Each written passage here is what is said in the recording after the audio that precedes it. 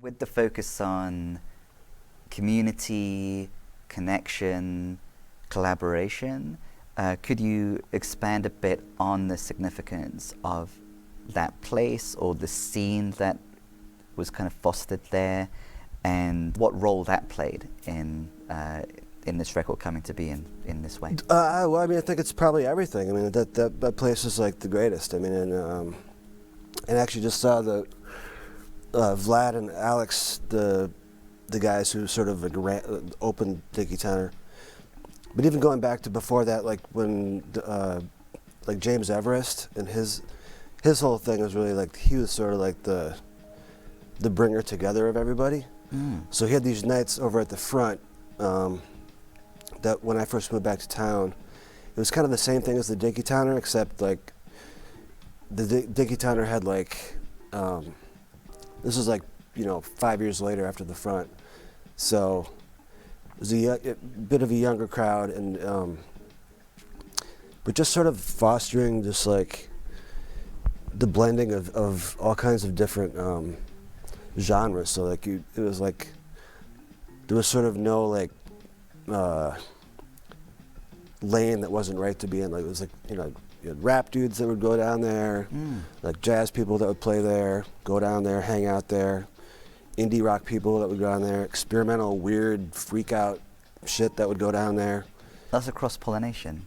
Yeah, and so you got to meet a lot of people, and like plus they had 6 pool tables in the back, and awesome food, and like bartenders would hook us up, and it was just great. Friends doing the door, and it was kind of a weird basement-y place, but yeah, it was amazing. So that there was it fostered. Like you knew something was gonna come out of it, and it's like there's so much stuff that happened starting from there. Just like all the later down the line, like the Doomtree stuff and like gangs, and not even gangs, but like when those guys moved from Eau Claire, like they would come down there, and like the Atmosphere guys would hang out there, and Rhymesayers and Jazz Happy Apple people, and it was everybody. Yeah, it was cool. Darren and I were looking at all of the faces, and and of course there's Eric Applewick, of course, from the Hopefuls, and he was in Vicious. Yep, I was in that band for a long time. Yeah. So, what was Eric's contribution to the self-titled record? Eric didn't do anything. He didn't play anything on that record, but he was part of the scene. He was just part of the scene, and like I played pool with him all the time, and we kind of hooked up like maybe like 2 years after that when he made his second Vicious record, and then he played guitar on a bunch of stuff on The Lost Take, which is my third record. Sure. So it came recorded at my house, so he's on that one. But yeah, he's just a cool mind, just that dude can write a pop song in like 2 seconds. It's insane. You already mentioned James Everest. Yeah. Who of course you played with in Late Duster. Yep. What was his contribution, if any, to the record? I'm trying to think. I don't think James played on the first record. He played on The Lost Take, but at the same time I was working on the first record, we were also in the process of doing all the Late Dusters and going pretty strong. Yeah. And so that was kind of the focus of the two of us. Yeah. But in a lot of ways, Late Duster is sort of like, if you listen back to it, it's really like the sort of beginning of what Dosh it wound up being. The sort of instrumental music, and just the way that, like, I learned so much by trying to record and mix Late Duster, like that informed like how I did my own record. You know what I mean? Yeah. So yeah, James is totally indelible in that too. He's irreplaceable.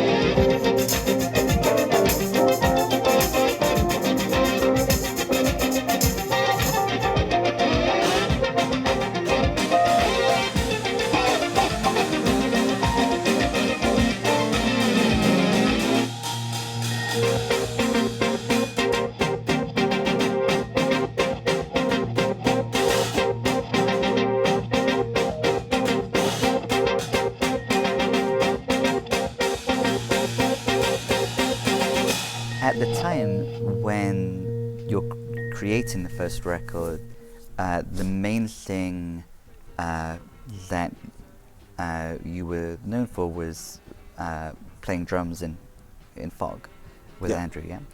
And at that time, the Fog was, a full band with Jeremy, kind of anticipating Cloakox. Yeah, no, it was. The live shows were the same band as Cloakox, but the recording is all Andy, so Yeah. like none of us were on the first one, and then on the Check Fraud EP, which came out, I think maybe 2002 or I don't know, but yeah, that one's got some band stuff on it. Yeah. Can you reflect a little bit on your experience at that time of going from playing in these in the various bands to kind of recruiting? There's already the collaborative component, but this is so much your own thing that it's called Dosh. Yeah. Could you reflect a little bit on that time and that transition? Yeah, I mean, it didn't really seem like a transition at the time because it was just trying to get everything, when you're kind of not struggling, but just sort of trying to make it, doing music, it's just kind of, it seems like when you're younger, like you sort of throw all these things at the wall and to see what kind of sticks. I mean, playing in Fog was like an amazing experience because it was just so different, and Andy was such a, when he was that much young, I mean, he's, I don't know how much younger he is, let's see. He's like 7 or 8 years younger than me, and younger than Jeremy and Mark as well. Mm-hmm. So he's the leader of the band, and he's like, at that point, probably 23 or something like that, and we're all like 30 or 29. And just his way of sort of, as the band evolved, just the way of, like if somebody was good at something, to sort of assign them to do something else, or to be like, no, don't do that. That's too good. You gotta mess it up somehow, or whatever. Interesting. And so yeah, that was an interesting thing, and that eventually I think he reversed course with Cloakox because of that band. He's still leading the band, but instead of like writing against our strengths, he's like writing for us. So like Marty can do this, Marty can do that. Marty's not that good at that. So I'm gonna write this tune like this way, and it'll be good. Can you remember any particulars of what you were kind of shifted from and to? I now with Fog, no, I can't really. I mean, I think when we did the Ether Teeth tour, which was in 2003, I think that was one where Mike Lewis joined the band, and he would. There's some tunes where Mike would play sax, but then some tunes where Mike would play bass, like upright bass, and Mark was Erickson was the bass player, so that was kind of like maybe a little tension there. I don't know, and then Mark would do something else, and then there's some tunes where like instead of having Jeremy play guitar, he would have Jeremy play turntables, and so Jeremy got pretty good at turntables doing that.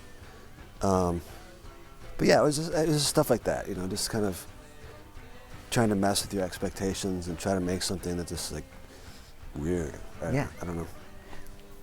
Speaking of tension, I look back at the Pitchfork review of which one? Yeah, of the first record, and the recurring focus there was on how the album's excitement comes from the tension between its surface and its structure.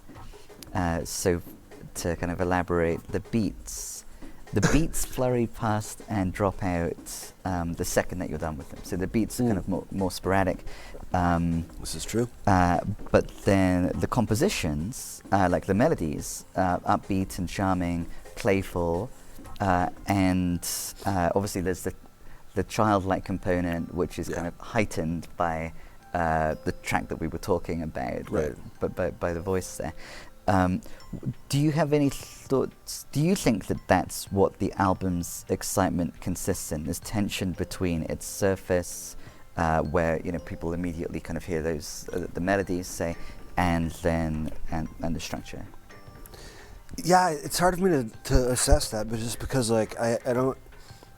And I think when I finally realized I was making the record and like it was going to be a thing that I was going to put out, it was more just like it felt like it was the right time. I was like 30 years old, you know, since 2002 when it came out. And actually, I was 29 when it came out, but whatever.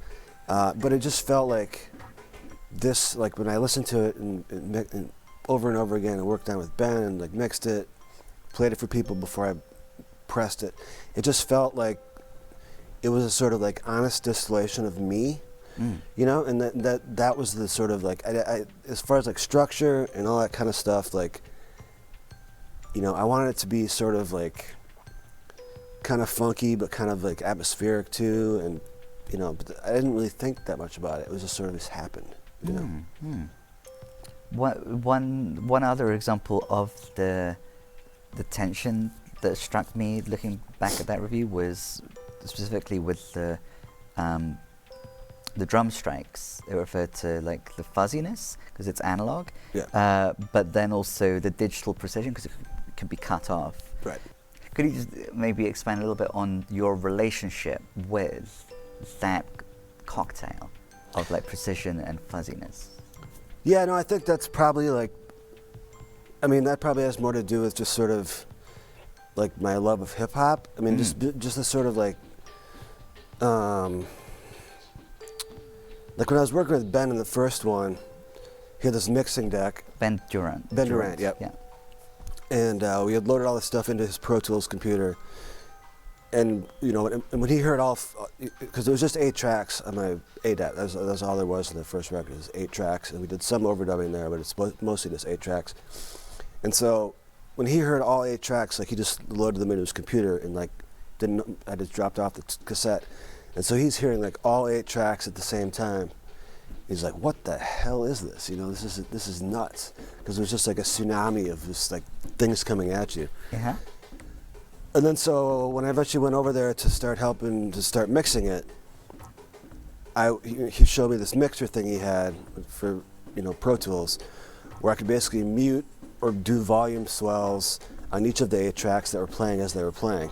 And I already knew what it sounded like in my head, so, you know, we would do one pass of the tune, and we'd come up on the break and be like, mute, mute, mute, volume up, volume down. So I was doing that kind of like Mad Professor kind of thing or something like that, like dub style, Lee Perry, whatever.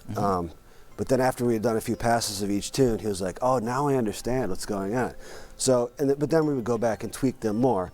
But I really like the idea of something that just sort of sounds like just things that just cut, you know, just like breaks, I guess, you know. Breaks, yeah. Yeah. It struck me that not just Ben and you, but also Jeremy Ilvasaka were credited as producers. Yep. Could you expand a bit more on like how the trio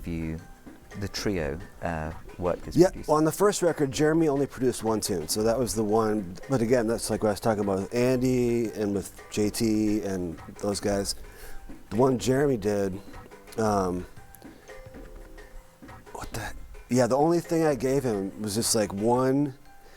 It was like a crappy drum beat, and like this keyboard pattern was like dong ding dong ding dong ding dong ding, and it had a melody on it too, but not much of a melody. And I sent it to Jeremy, and he just did a whole bunch of stuff to it, and like, so. Which song did that become? What's that one called? I think it's My Girl's Ex Car. Oh yeah. Yeah. I can hear it now. Couple more things about the first record before we move on to our next segment. I also looked back at Dave Segal's East Bay Express review. Oh yeah. At the time, and a recurring focus in that one was on how the self-titled debut albums could serve as a calling card to procure work with hot vocalists or MCs seeking a crafty producer with unconventional skills to burn. And so and then it ended similarly. Dosh is a deft the record Dosh is a deft display of technical prowess that's begging for an adventurous singer or rapper. So I just wondered, as I was returning to that, how you felt about that. It's highlighting the possibility, of course, or we could imagine the songs being kind of adopted and taken in that direction. Absolutely, yeah. Yeah. What were your feelings about that possibility, and is there, to I what think extent was that something that you were considering, or yeah, no, I think that was, I mean, that's a very astute comment, and that's basically what my wife has been telling me for 20 years, is like, you have to find a singer, you know? You know, of course, like on each of my records, I have sung on a couple tunes. I've had other people sing on songs. Obviously, I worked with Andrew Bird for a very long time, and, you know, that was sort of in his service, but, you know, we did a couple of my tunes that he wrote lyrics for. I mean, I've always, yeah, I think it's just sort of finding the right person, you know, because you know, I've attempted to work with lots of different people, and I've done remixes for bands that have vocals on them, and so that's actually a good resource too. If you go to my SoundCloud page, there's a digital anthology of like all my remixes that I've done, chronologically from like 2004 till 2014, I think. So there's 19 of them, and most of those have vocals on them too. So that's, people do want to hear what a Dosh version of somebody's tune sounds like. That's a cool resource to check out. Yeah. There are vocals on Forget Myself, of course. Yep. Mary Everest, that's James' sister, yeah. Is there a significance to the record ending with this song called Forget Myself, where the lyric, you know, her lyric is, you know, throughout she's kind of ruminating, reflecting on identity to some extent, forgetting oneself. How did that song come to be? How did that vocal, those lyrics come to be? Yeah, you'd have to ask Mary about the lyrics. I mean, like, I always just sort of associated that with like me breaking up with her, you know? So it was like we were, like when that record was, yeah, we weren't really together. We were together for a couple of years, but, and I was making this record, I was like, this is gonna be my first statement, and like, I love Mary so much, and it was just like, well, it's just, what do you want to do on this tune? And I had this like kind of weird drum beat that was recorded with amplifiers in this loft in Northeast in 5, I think it was in 5, it's a weird time signature, and then Andy played turntables on it. And then I was like, Mary, do you want to sing on this? And so I think I don't know if she had written it down or just winged it, but it just seemed so perfect to me, because it was like, that's kind of what I'm trying to do when I'm making this music, is to actually like forget myself. Right. Because it's like a meditation, or just like when I'm totally playing a show, or just even in my basement, you know, every night working on stuff. If I can actually get to the point where I'm just like feel connected with my elders and like just, you know, zoned out, or whatever you want to call it, you know, at peace. Zoned out, you know, or tuned in, like connected. Yeah, exactly. So we were talking about like the social connections. So we're at the Dinky Towner, we're connecting with everyone, playing pool and so on. Obviously, through our social interactions, we form a social identity, or multiple social identities. But yeah, music obviously certainly forms, is a medium through which we can kind of get beyond and kind of break free from some of the trappings. How interesting to think about the different types of connection then, because you're celebrating. I just love it because, I mean, it doesn't require, it's a language that doesn't require like learning a language. Like, like you can understand music from any part of the world, you can understand it without like understanding it. Yeah, you know? Understand it and appreciate it. Like, you know, a 10-year-old that you're teaching drums, who's like, there's a bit in that song where he's kind of like, he's your hype man. Yeah, he's really cool. He plays in all these bands. It's hilarious. I love it. So the front cover Yeah. It has questions on it: who, what, with whom, to whom, what for, when, how. Oh yeah. How did that come to be?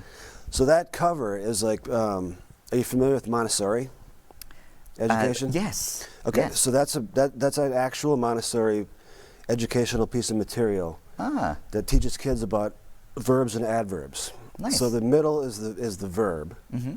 and then there's the, like, it's just, I can't even remember the exact, but it's like a verb, an adverb, and a noun, I think, on the outside. And so, but Wes just like took it was an actual piece of material. It's like this big. I don't even know how he scanned it because the scanners weren't that big, but he just scanned it and kind of tweaked it out a little bit. But I mean, I went to Montessori school and that's where I taught, so it just like seemed a perfect thing. Is there a connection between that philosophy of education and any aspects of your music? I'm sure process? it's totally intrinsically linked. I mean, just the fact that I would be,